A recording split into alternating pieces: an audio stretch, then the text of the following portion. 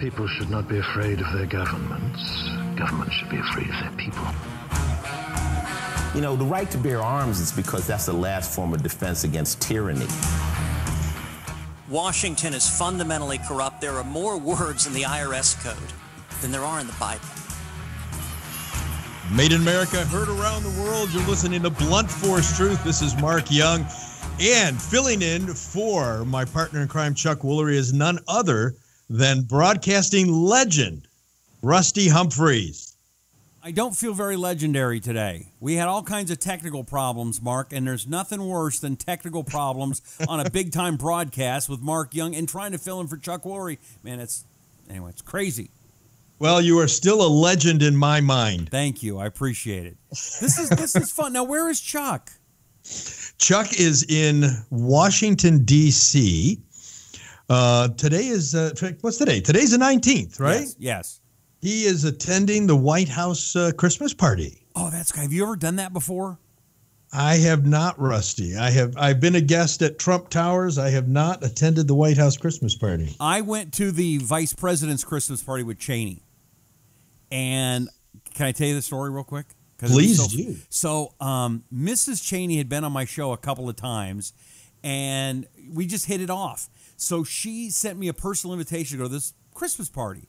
And what happens is you get in this big, long line, and your entire time with the vice president, and I'm guessing the president too, is take a picture, hi, goodbye, right? So Mrs. Cheney goes, oh my gosh, it's Rusty. Dick, this is Rusty. Rusty's Dick. Dick, this is Rusty. I'm Mr. Vice President. It's an honor to meet you, sir.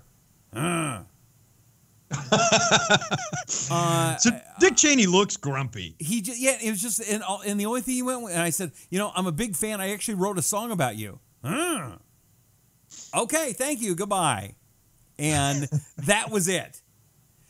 But the cool part is there's a lot of cool people there, and you get a chance to walk around and look around and see stuff. So I got to go to the vice president's house, but most of it was at a tent outside, and it's 200 degrees below zero there in D.C. So it was cool, but it's not like the greatest thing of all time. Well, you do know the old joke that they say the only time you want to go to Washington is in the wintertime. Why? Oh, come on. You're just setting me up here because it's the only time that you see the politicians with their hands in their own pockets. Hey, thanks for coming. True drink minimum. Yeah, don't forget to try the veal, folks. So anyways, so Rusty, bring us up to date. What's going on with the border wall? Okay, there's a story just breaking right now. White House suggests it could back down on the $5 billion border wall demand in funding in the year-end spending bill. So basically, they're trying to not shut the government down, and the Trump administration is talking about backing away from the pledge of having to build the border wall and get the money. This is bad for Trump, I think. This is where people who love him may start turning on him. I hope not, but we put him in there because we wanted a guy to stand up for stuff like this, and now he's rolling over. So it's a concern. Has he exposed where he's going to get the money from? No. Right now, what they're saying is parts of the government could shut down on Saturday if the lawmakers don't pass the spending bills. I don't know why people get so worried about this. And now they're trying to call it the Trump shutdown. Doesn't have the same ring as the Schumer shutdown. But no, it's more of an alliteration there with the Schumer shutdown. Yeah, it doesn't work. Yeah, I'd call it something else. The Trump troubles. Trump, I don't know, you can come up with something that's better than that. But so everybody's worried about the shutdown of the government. Remember last time that when Obama shut it down, and then he started shutting down, the Grand Canyon and the World War II memorial, so veterans couldn't go see it. That just pissed people off. And whenever the government shuts down, other times people don't really care. And if Republicans say, "Hey, go and do all the government stuff, go see the monuments you want," I don't think anybody's going to care. When Obama shut the government down, he shut it down deliberately in a fashion to inflict the maximum amount of pain on the public. Absolutely. Now, if you remember, we had World War II honor flights that were flying into D.C. These were guys who were in their 90s. This was a last-ditch, a last-time attempt for these guys to see the World War II monument in D.C., And the president had the park police put up barricades to prevent these people from walking into that monument. Now, you've been to the monument. Absolutely. It's an open air monument. There's nothing required to go see it. So it actually took more manpower to put up the barricades and prevent people from seeing it than it did to just allow people to walk into it. When that happened, Rusty, I don't know if you remember this or not, Chuck and I actually offered to pay out of our own pockets the cost for the mall security. We offered to make the payroll ourselves so that the honor flight people could see the monument. Wow, I did not know that. That's we cool. did. And it was rejected. Our offer was rejected. What? Correct. Why? Why? Because that would have limited the pain. Right. I mean, it was absolutely done on purpose. And that's why more proof that Democrats don't really care about the little guy. They really care about the little guy voting for them, and that's it. Well, we offered to make that payroll ourselves, and they wouldn't take it. By the way, folks, if you're watching us on Twitter right now, reach down, take your finger, touch the little retweet button so that more people get to find out about this program. Right. You can share it with everybody. And, oh, look at all those hearts coming in, Rusty. I'm so appreciative of that. Do you see all those? It means, and it by all means means, a lot. give us your questions. Yeah, and Mark and Chuck really do a great job. They work very hard on this show. I know because I'm kind of the behind-the-scenes guy, and I'm really proud of how well they're doing. But it doesn't matter if you don't tell people about it and get people involved, and you get involved. We want to know what you're thinking, what's on your mind. We want to make sure that you're participating, and so that you can help be a part of the show as it continues to grow. I mean, look at the things that are going on right now, Rusty. I mean, Laura Loomer's off Twitter. I think she's off Facebook now. What's going on with Milo? Milo just got kicked off of Patreon, which is a way for people to watch his videos and pay, give him money and have a subscription service. They just kicked him off. So that's another one down. Earlier this year, I lost between 8 and 10 million followers working with great groups like Liberty One TV and Right Wing News. They just unpublished those pages in one day. So, it's the news is not about Russians hacking the election or hacking Facebook. That's not the truth. The truth is the destruction of conservative news right before our very eyes. Chris Peranto, I think, has been kicked off now too, right? Possibly. I'm not sure. I believe his Twitter account has been shut down now. Mm-hmm. Because, of course, we know how dangerous Chris Peranto is. Yeah, he's a Tonto from the Benghazi raid. Guy saved lives, and his life was in jeopardy, and he's an American hero. And they just shut him down? Yes, they have shut him down now. So I often get asked the question, Rusty, I'm going to answer this question for people. I get tweets all the time from people saying, why doesn't somebody go make a conservative Twitter or a conservative Facebook? Mm-hmm. I want to answer that question for people. The software to make Twitter or Facebook, my tech people could put together by Monday. That is not the challenge, folks. This is not a software issue. This is a hardware issue. So here's where the problem is. There are roughly 5 companies in the United States that control all of the internet pipelines. So you're talking about Google, Comcast, which is NBC, Time Warner, Wide Open West. They control the bandwidth. So to give you an example, let's take Gab. Everybody wanted to run to Gab for, as an alternative to Twitter. But you notice people aren't flocking to Gab. Well, why is that happening? Because the companies that carry the pipeline are choking off the delivery of the content. So to fix this, to be able to take the power away from Google, Facebook, Twitter, you have to fix the hardware issue, not just the software. You now have to come up with a new internet that they don't control. Mm-hmm. Because all they have to do, Rusty, all Google has to do, and they do this, is to go in and block your IP address. And now if somebody goes out to Google and types in your name, they won't find you. because Google just took you off the list, because Google literally is the source of people being able to find anyone. And their argument is, well, we're not a monopoly because there's all these other search engines out there.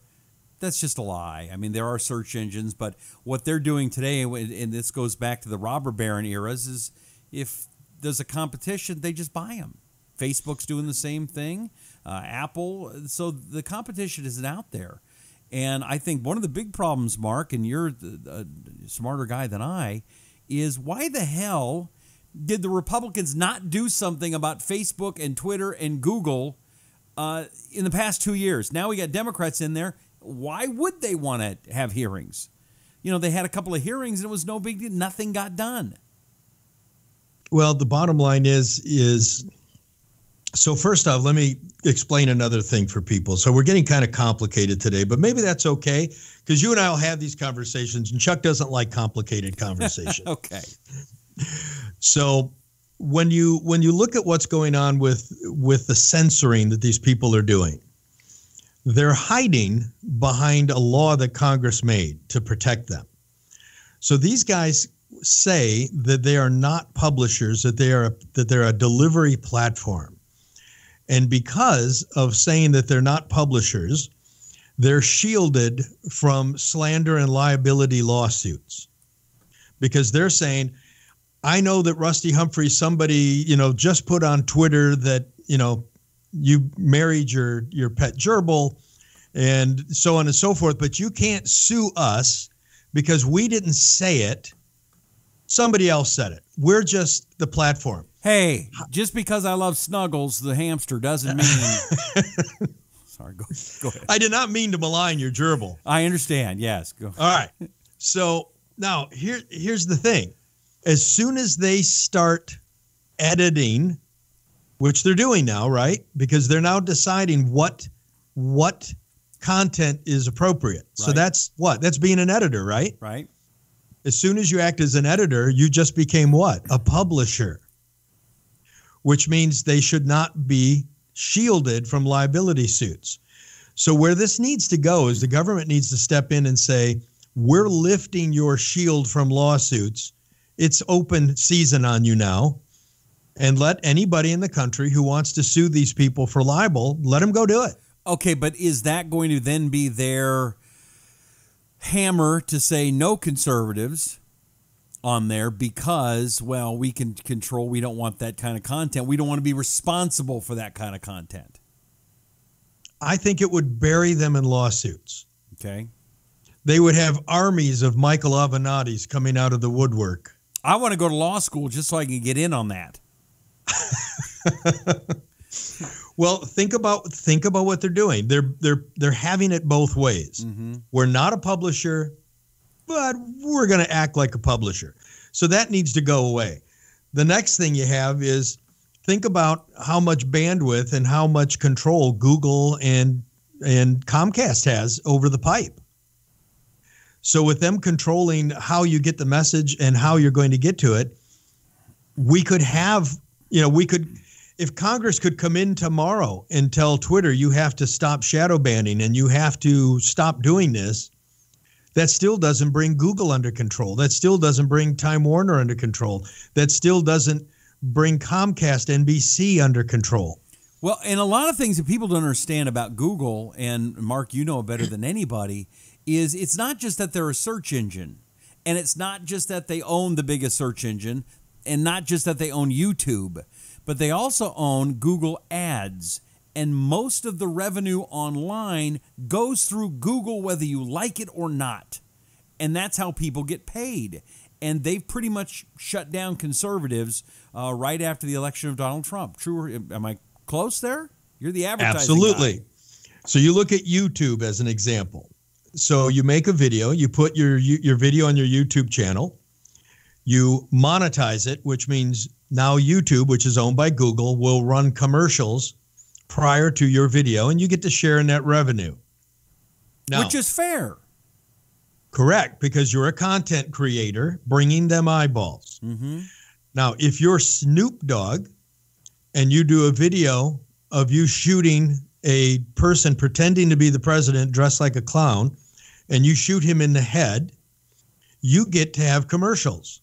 My favorite one was they were running commercials for chocolate-flavored cornflakes. So chocolate sugar frosted flakes, which I thought on the basis was probably just racist in the first place. But anyways, now, if you're Chuck Woolery and you have a video on YouTube defending the Second Amendment, your video is banned from having commercial airtime because they will not allow you to have commercials. But let's even get worse. Let's even give you a better example.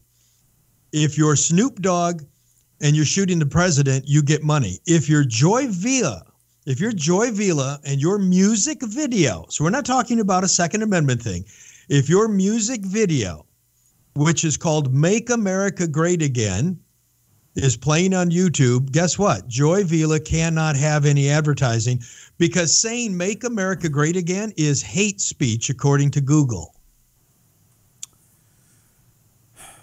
And they have wiped out a lot of really good people and really good broadcasters and publishers. I mean, I don't think people remember how much great conservative content was out there right before Trump got elected.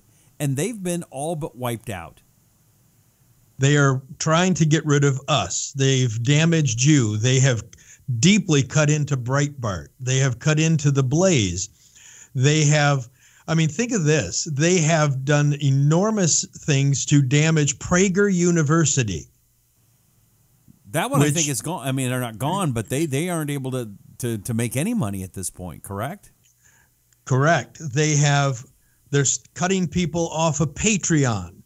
They have limited and cut conservatives off of GoFundMe and off of Indiegogo to do fundraising. Google has limited the amount of ads that a lot of conservatives can get. They have taken Alex Jones, and I don't agree with everything Alex Jones says. Alex Jones is kind of crazy. You know Alex. Yeah. But Alex is kind of like a broken clock that's right twice a day.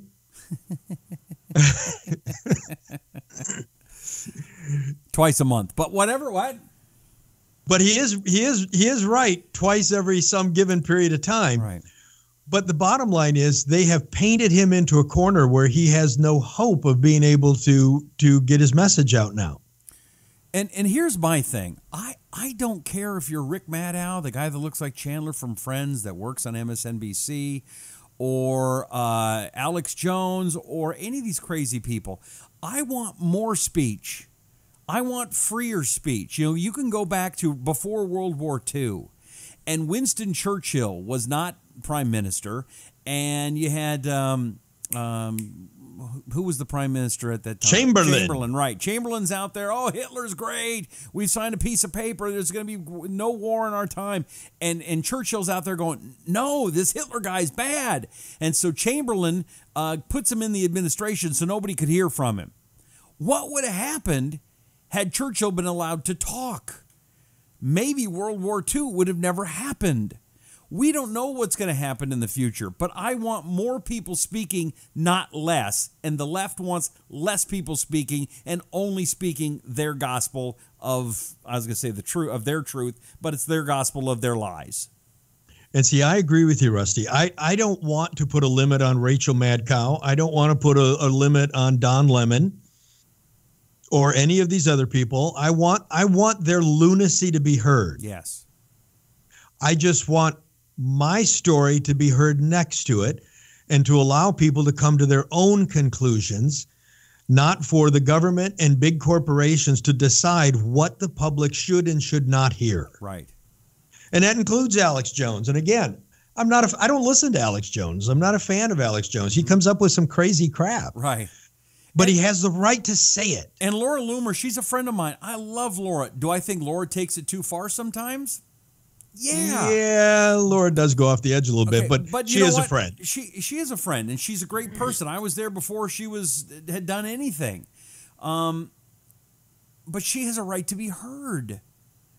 You know, just because you don't like it now, if you start talking about things that move from the realm of the intellectual to the realm of the physical, I want to have somebody hurt. I think we should cause damage. That's where it stops. People go, well, I don't know where free speech stops. Free speech stops when it goes from the realm of the speech to the realm of the physical. That's where it stops. And so if somebody out there saying, let's go hurt somebody, yes, we could talk. But until then, let us talk. Rusty, this is the problem with socialism. And when you look at socialism, first off, why would someone be attracted to socialism? And I'm going to tell you what attracts people to it. The first thing is socialism is attractive to people who don't want to be held accountable. Okay. It's attractive to people who don't want to have to compete, whether it's compete in the marketplace or whether it is to compete on the field of ideas. Right? Mm-hmm. And here's the other part. It's for people who do not have a practice of gratitude in their life, because you cannot be grateful and be a socialist. Why not? I don't understand that theory. Because to be a socialist is to not be satisfied with what you have and to covet what someone else has. Okay. It's to believe that you have more than I have, and therefore, Rusty, you are evil because you have more than me, and I need some of it. And you need because to be you punished. don't need it all. Right. And it needs to be spread around. This is why, Chuck has asked me before, why do all the people, not all, and I don't want to paint with a broad brush, but why do so many people in government seem to be Democrats? Because people who are attracted to government jobs, and I'm going to leave law enforcement out of this, people who are attracted to government jobs are people that are attracted to not being held accountable. How do you hold a teacher accountable? How do you hold a college professor accountable? They're given tenure. They're not accountable. They're accountable to nothing. How long does it take to fire a federal employee? 265 days. Man, what a sweet gig, huh? And then you don't have to use your brain in a lot of them. Takes 265 days and about 8 hearings for a supervisor in the federal government to fire someone working under them. So why does no one get fired? Because who wants to go through that trouble? I'm not going to spend the next 265 days of my life trying to get rid of you. I'm just going to stick you in a closet and forget about you and just leave you on the payroll. Right. By the way, did you hear the latest about Alexandria Ocasio-Cortez? I cannot. She is the gift that keeps on giving. I cannot keep up on her lunacy. What new one do you have? Well, she has announced today that she is taking a self-care break before Congress has started because it's been very hard. It is. And she needs some time off to get ready. It is hard, Rusty. And she's taken the supporters along for a ride. She says, quote, "I'm taking a few days to take care of myself before what is sure to be an eventful term. For working people and immigrants and the poor, self-care is political, not because we want it to be, but because of the inevitable shaming of someone doing a face mask while financially stressed. So I've decided to take others along with me and learn what self-care even means, and that's why it's important."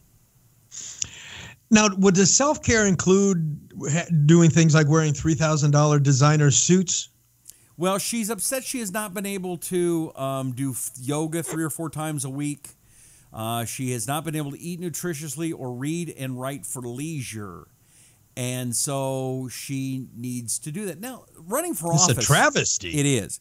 Running for office is hard. Don't get me wrong. Have you ever done that? Actually, I have ages ago, and it is very hard. Yeah, I did it as a joke once, just to see what would happen. And I ran for U.S. Senate as a joke, and people took it serious for like a month. It's like, okay, if they're going to go for it, let me see what I can do. So I didn't take any money or anything like that. But I went out there and I gave speeches and I talked to people. And it was like, you go to a restaurant. "Yes, miss, can I get another glass of water?" "I'll never vote for you."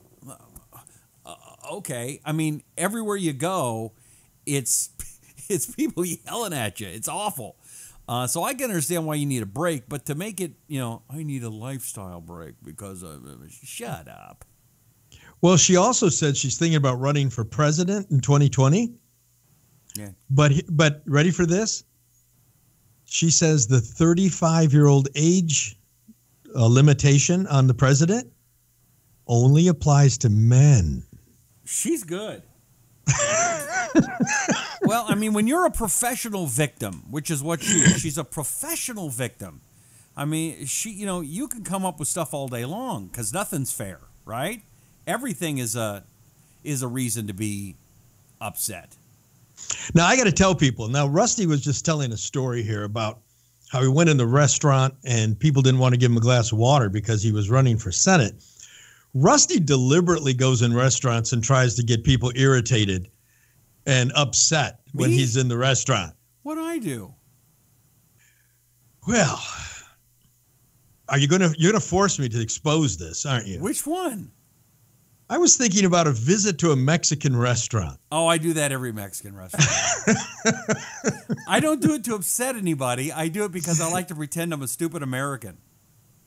Rusty goes to Mexican restaurants and he asks people, he uses very bad Spanish that he knows he is deliberately using the Spanish incorrectly, and asks them to do things like refill his iced tea when he will actually be saying things like, will you scratch my crotch for me? No, don't say it that way. I say I like to scratch myself. But I'm in a Mexican restaurant, and this poor girl is looking at him, and he's holding his iced tea to her. Me gusta rascar mi huevos?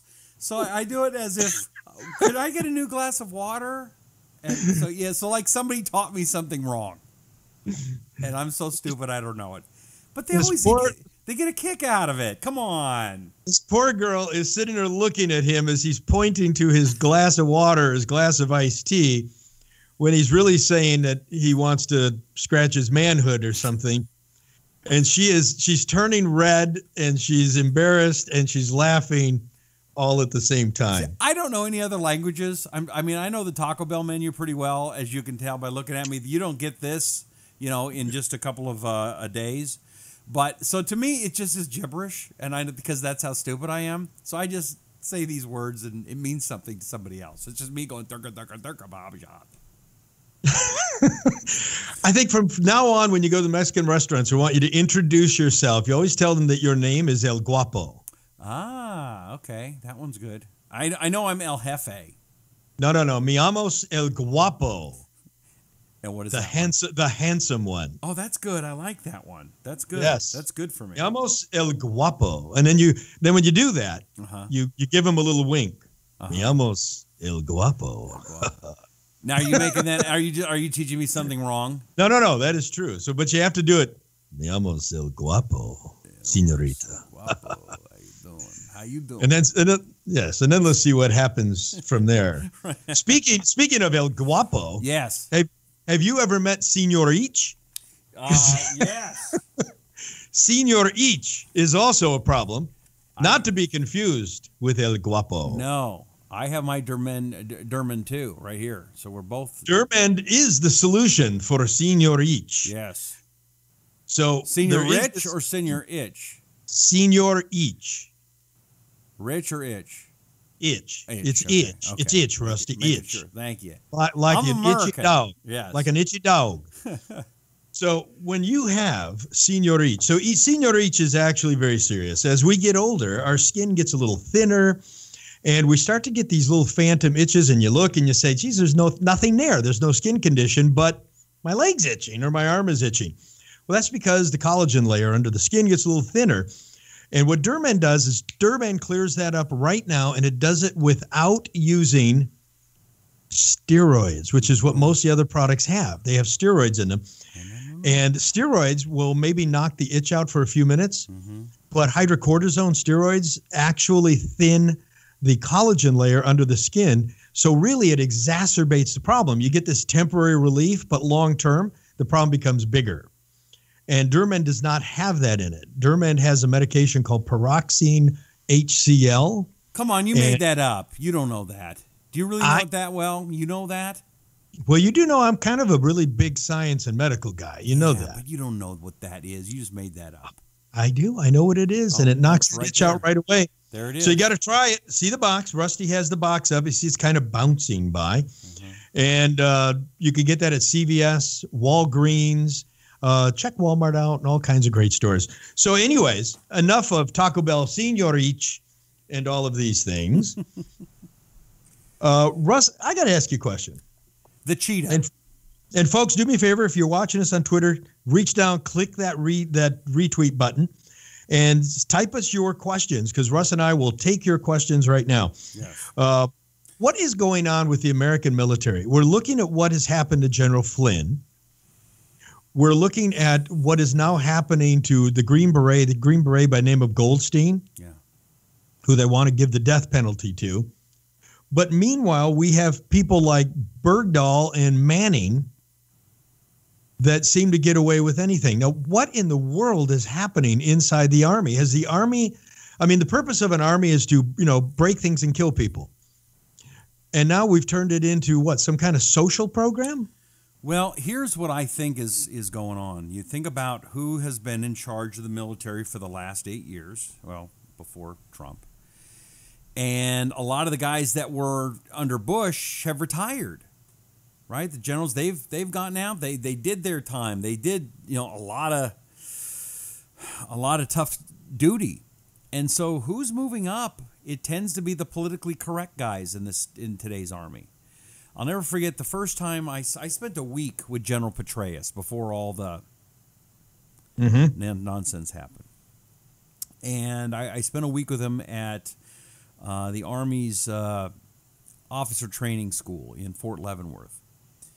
And I wanted to do some interviews with him. He says, I don't want to do too many interviews. We can do a little bit, but I don't want to do a lot. I said, why? He says, because when you start getting your name out there, people start taking shots at you. People start going after you. And so the people that don't mind getting out there tend to be more politically correct. They tend to not want to rock the boat. And so it's a lot easier to go after a guy that killed somebody than it is to go after a guy that wants to be a girl. And I think a lot of people have forgotten what it was like to be in war. And I was in war. I was there. I went to Iraq. I went to Afghanistan, and I went to Guantanamo Bay 3 times. I've had terrorists put guns in my back. I've had my head almost threatened to be cut off, and I had to move because the FBI told me one time that there was a fatwa issued on my life. Okay, I've been there. And for you to say back here at home, oh, man, can I have some more chips, please, and some Ben & Jerry's ice cream? Oh, yeah, that guy, he shouldn't have done that. That was mean to kill those people. That was awful. Those people were trying to kill him. And had they got their way, he would be dead right now. Had they got their way, his kids wouldn't know their father. Like, by the way, I didn't get to know my father because someone killed my father in Vietnam. So I get this, and it's too easy to sit back at home and armchair quarterback what you should have done in war. And it's wrong, and it's shameful, and Trump needs to go in there and say, I don't care what you do, I pardon him. Period. Done.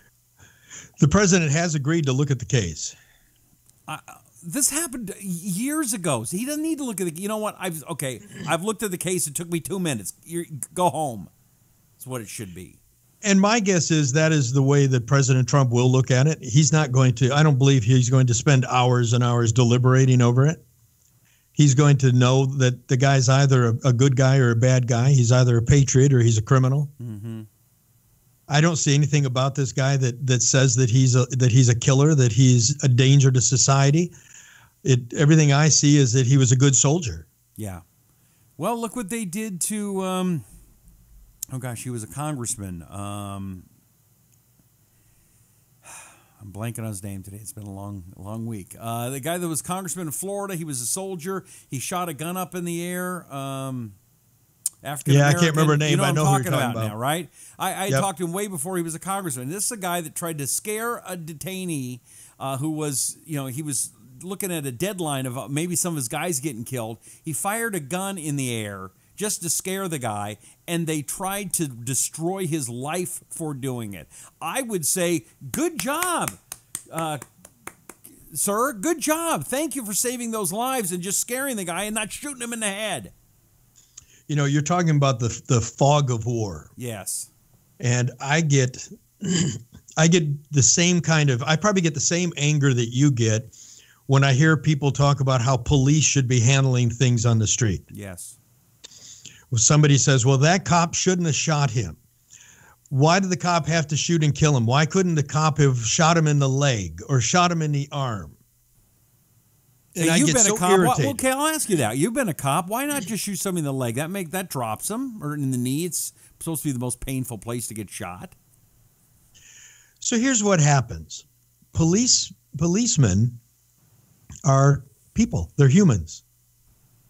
And most policemen are not involved in a shooting every week. This is a rare occurrence for most cops. Like you, I'll bet you never pulled your gun when you were a cop, did you? Yes, actually I did. You did, okay. Yeah, quite a few times. But I was in a pretty rough town. Okay, because that's unusual for most cops. I've talked to a lot of cops, never pulled their gun. If you get a cop who's in a relatively good suburban city, they can go an entire career and never pull their gun out. But here's what happens. When you get in that situation, first off, these shooting situations, whether it's a cop or a civilian, these situations happen in about a 14-foot circle, and they happen within 3.5 seconds. Wow. The next thing that happens is you are the cop. You have an assailant that you need to bring down. Now, if you need to bring that person down, the person's not standing still waiting for you to target them. They're not? No, they actually don't just stand there and wait. They're charging you, or they're charging another person. Right. So that's why it's 3.5 seconds, because you have very little time. When you go to shoot somebody, you have moments before something catastrophic is about to happen. I mean, otherwise you didn't shoot him. Right. As a cop, you're probably not there because it's an ice cream social. Correct. Yeah. So now what happens is you draw your weapon and you shoot this assailant who's coming at you. When that first round hits that person, well, guess what? Momentum still has that person doing what? Still moving forward at you. Wow. Right? Uh-huh. And you fire a second shot because there's momentum still coming at you. So what happens statistically is when a police officer shoots somebody, the first thing you do is you're drawing fast. So think about it. You're going from the holster, you're getting into a position, and what you're trained to do is aim for center mass. Aim for the biggest target you can find, which is what? The upper body. Right. Because you don't have time to zero in on a limb or to zero in on an arm. You don't have that luxury of time. We're not talking about target shooting. We're talking about you're trying to save your life, right, or someone else's life. You're getting the gun out of the holster. You're firing the gun. And as a rule, you will fire that gun 6, 7, 8, 9 times. Wow. And the reason is because think about how fast you can fire 6 rounds from a semi-automatic handgun. Okay. Okay, so 6 times. Okay, it takes more than that for the subject to fall down, but your mind hasn't recorded that the attack has stopped yet. Wow. So your mind just keeps shooting until you understand that the threat is neutralized. Wow. So just think about it. You're not going to fire one shot and say, "Did I get him?" Right. Is he still going to kill this person? Is he still coming after me? Nope. I think he's slowing down. Wait a minute. He's falling. You just keep firing until you see the threat end. Wow. And the mind just doesn't work that as fast as... It just doesn't work that way. Mm-hmm. So they get mad at these cops saying, well, he didn't have to shoot him 5 times. He didn't have to shoot him 7 times. He could have shot him once in the leg. No, he couldn't. He doesn't have that skill. He doesn't have that ability. There are very few people in the world who have and I do mean you could count them probably on your hands, how many people have the ability to draw from the hip and instantaneous wound someone with 1 round and stop. It's not like the Wild West days, right? Where it people is, think. yes. Yes, Walker, Texas Ranger is not out roaming around looking to stop the next crime. It doesn't work that way. No different than we're talking about this Green Beret. Mm-hmm. None of us can sit and say what we would have done if we were faced with a terrorist bomb maker in our face in the theater of war. Right. He was not a detainee. This was not somebody that was in handcuffs. This is not somebody that was in prison. This was a theater of war condition. And think about being one of these guys now. I mean, if what we're doing to him and what we're doing to Flynn and what we allow a Berdahl or what we allow a Manning to do, what does that say to the next people that we want to recruit in the military? Well, you know, I was in Guantanamo, like I said, 3 times. And one of the times I got to see a hearing of a detainee. And the detainee's got his lawyer there, and there's a 4 or 5 judge panel, something like that. And the guy comes and they says, so what happened? He says, well, and it's through an interpreter, but basically he was in a community where there was a warlord, and this guy, the detainee, was a police officer in Afghanistan. And the warlord son got very angry with him because he was arrested for stealing a car. And so to get back at this detainee, this cop, the warlord told the Americans that this guy was a member of the Taliban. The Americans arrested him. He got paid and was sent to Guantanamo. And I'm looking at this, and I'm talking to the colonel I'm next to. I'm going, Colonel, this is horrible. What are we doing? And he says, wait for our turn. Okay.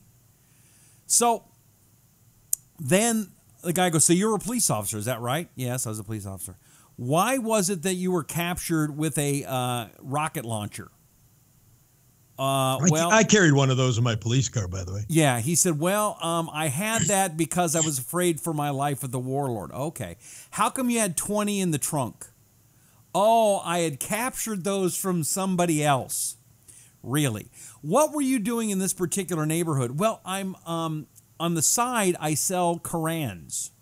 And I was out selling Korans that day. It's a door-to-door Koran He's salesman? a door-to-door Koran salesman who is also a police officer who just happened to have 25 rocket launchers in his trunk when they captured him. So these are the kind of things. And then, but back here in America, a lot of people they would believe that story because he's a victim. So he was like the Taliban version of a Jehovah's Witness?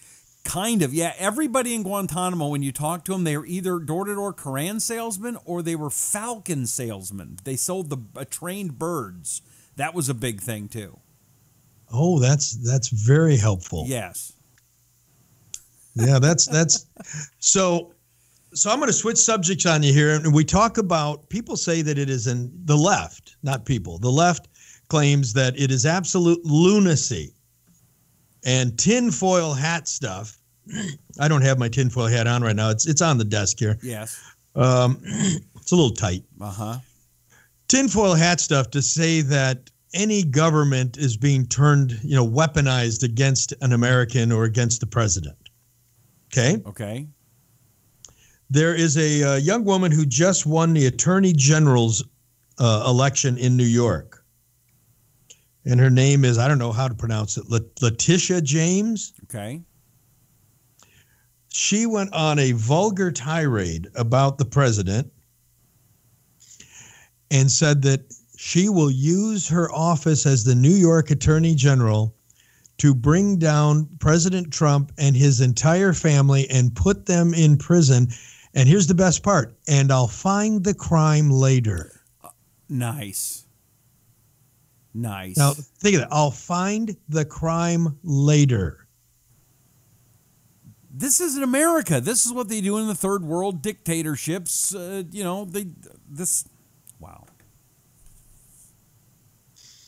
So that's the kind of stuff that we're dealing with. By the way, folks, if you're on Twitter, reach down, click that share button, and type your questions to us, and we will take your questions. So, Rusty, when has this ever happened to you? So you know that the courts in Texas, federal court in Texas, just knocked down Obamacare as being unconstitutional. Yeah. Now, this was part of the genius, and I know people say that Trump is a fool and an idiot, and he has no intelligence whatsoever. Right. This is part of the genius of what this guy did, and I've said that on this show. All he had to do was wipe out the mandatory penalty, and somebody would try this in the courts and get it ruled unconstitutional, which Texas did. Right. Because if you think about it, when Justice Roberts wrote the opinion on Obamacare, the reason he said it was legal was because he said it was a mandatory tax and that Congress had the power to tax, even though Obama said it was not a tax. Right. But the Supreme Court said it was a tax. Congress had the ability to tax. Now that that tax has been taken away, there is no way in the world that anybody can make it fit any type of constitutional model. Now, Schumer claims that, they're going to fight at the Supreme Court and they'll win. Right. They will not win. You cannot win this. Why do you think they can't win? I mean, they won in Supreme Court earlier, right? That was one of the first things that Judge Roberts did, and that made people upset with him from the right. Once the mandatory penalty has been removed, the government cannot, because without the mandatory penalty made it a tax. Right. Now that the tax is gone, what you are now saying is the government has the ability to force a free citizen to demand that they buy a good or service from a private company. Isn't that what they do with car insurance? It's not the same. So the first thing we have to keep in mind is a great question. And this is something that people confuse frequently. People will say, well, don't you have police? Don't you drive on roads? Well, that's socialism. No, because there's a difference between what the federal government does and what a state and a local government does. Okay. When we look at our country, the founding fathers intended for the federal government to be the least invasive in your life and for the federal government to have the least power. And they wanted federal government to be the least powerful, states to be the next least powerful, counties, and then cities. And the idea was that the government that would have the most impact on your day-to-day life would be your mayor and town council. Really? That was the original intent of the framers, that would be your contact to government. Because these are your neighbors. Now I don't even know my mayor's name. Think about how upside down this is. Yep. We don't know who the councilpeople are. We don't know who the mayor is. Some people don't even know who their congressman is. Right. Because all of the attention is moved to the federal government. That was never how it was intended. We have 50 states that are 50 democracies. And we have one country, which is a constitutionally limited republic. The purpose of the Constitution is not to give rights to the people. It's to put limitations on the government. Right. So the fact that we have roads paid by government is fine when it's done on a state, a county, or a city rule, because that's a community that decided that's in their best interest. Right. A community's decided we want to have a fire department. A community's decided we want to have a public school. But this doesn't belong in the control of the federal government. The federal government does not have the ability to make people buy something. Now, let's go to that car insurance question. Why is it okay and by the way, it's not a federal law that you have to have car insurance. It's a state law. Okay. And why does the state say that? The state says you have to have car insurance because when you're in that car, you could put the lives of others in danger. So the purpose behind that insurance is not to make sure you have insurance to fix your car. It's to make sure that if you're going to use the public roads that everyone paid for, that if you hit someone, you have insurance to make the person you injured whole. Right. So it's not about we're infringing on your rights. It's about protecting the rights of the other people sharing that public road with you. It's very different. Do you agree with insurance being forced upon people? Car insurance? As much as I agree with it, and I'll tell you why I agree with it. I agree with it because it's a state law, and we have the ability to move from one state to another. But every state has that law. Probably. And I think it's probably a good law for a civilized society because otherwise a lot of innocent people would be getting hurt by dangerous people in cars who are not insured. I got the other day, I don't know if I told you this one. I'm driving down the street. This car hits me from behind. And then I pull over the side. There was no place to pull over right there. So as I pull over about, I don't know, quarter mile down the street, I pull in. The guy follows me and then does a U-turn, takes off. He takes off going in and out of traffic. I try to follow him because I don't have his license plate. And then somebody else hits me from behind.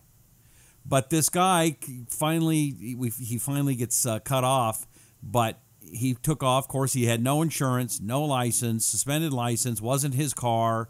And, you know, it's going to be, I had to hire a lawyer to try to figure out what to do with this thing because it's a mess. If nobody had insurance, it'd be even more of a mess, right? Yeah, and that's kind of where the problem is. I said somebody just tweeted into the show and said that Florida doesn't have that rule. I don't know that to be the case or not. I do have a home in Florida, but I use all Michigan insurance, so I'm really lived not in sure. Florida. I don't remember not having to have insurance. Interesting. Yeah, I don't recall that. But so here's a question for you. So you go out and you buy a new car. Yeah. And you buy this really great car. I mean, you buy a new Audi or Mercedes or something. Have you seen the new Ford GT? I love the new Ford GT. I can hook you up. All right. So let's say you buy a new Ford GT. Yes. And you're showing people the car, and you're showing them the gull-wing doors, and you're showing them the 0 to 60 time and the EcoBoost motor. And then as people are walking around the car, you say to them, but you think the car's great. You should see the insurance I've got. Now, when has anybody ever done that? Never. Why do people brag about their health insurance then? It's more about your life, isn't it? Your health and... It's because we've distorted our view of it. We have to change our thinking. You don't buy a new house and invite people over for a housewarming party and give tours of the house and say, now the insurance policy's on the table. Go take a look at that.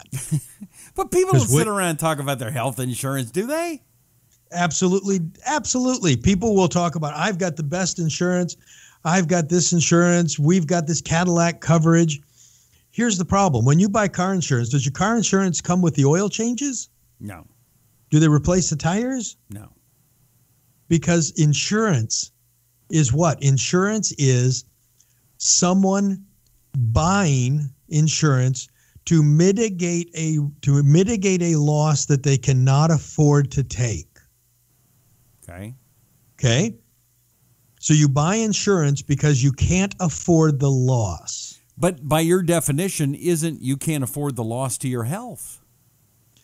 But what you should be insuring against is catastrophic expense. Okay.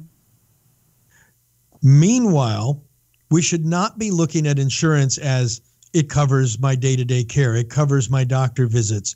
We should be looking at insurance as a backstop to catastrophe.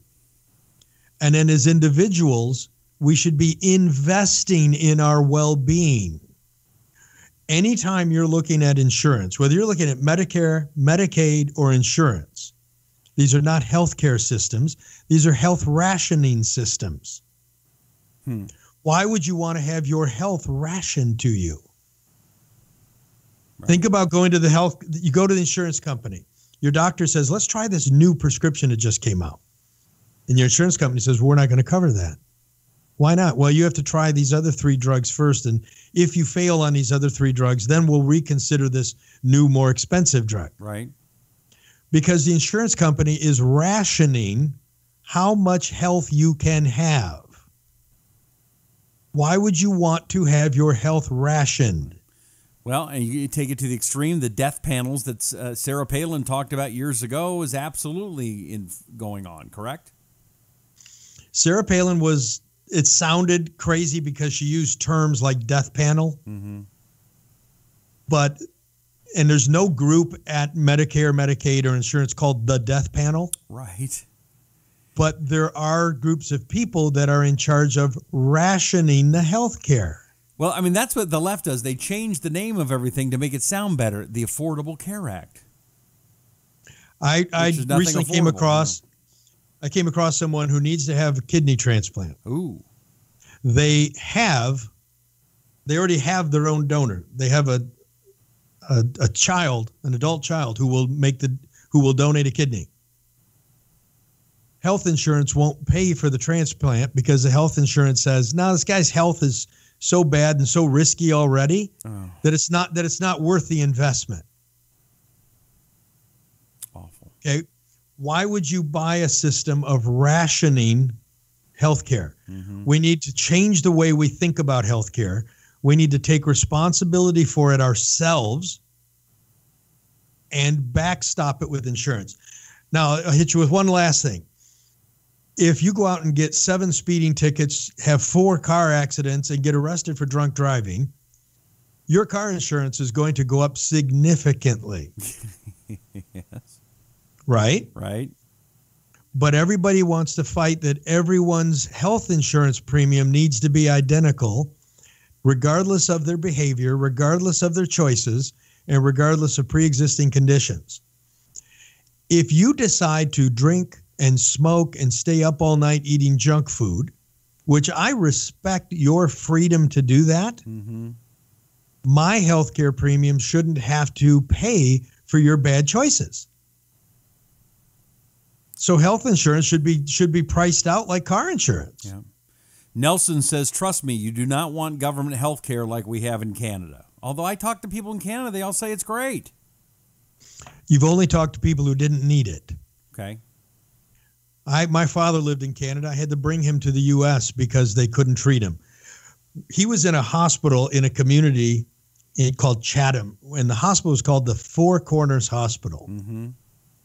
They said my father needed a CAT scan. I said, "Okay, great. Give him a CAT scan."